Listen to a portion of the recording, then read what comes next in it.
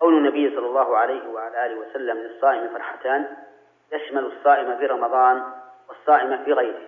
على هذا تكون الفرحة بكل يوم في يوم، وفرحته عند فطره يفرح بأمرين: الأمر الأول الفرح بما من الله عليه به من التعبد لله تعالى بصيام ذلك اليوم، أنه إما أن يكون من رمضان فيفرح بأن الله تعالى من عليه بأداء يوم فرضه الله عليه، كم من أناس انكفوا واستكبروا فلم يصوموا، وإما أن يكون تطوعا فيفرح أن الله تعالى من عليه بهذا الصوم الذي يكمل الله به ما نقص من صيام الفريضة.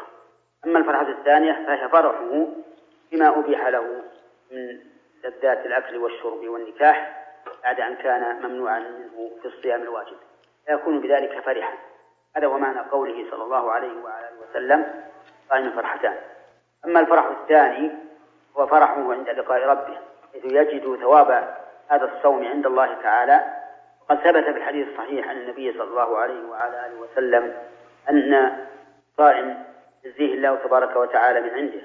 قال الله تعالى في الحديث القدسي: كل عمل ابن آدم له حسنة بعشر أمثالها إلا الصوم إنه لي وأنا أجزي به.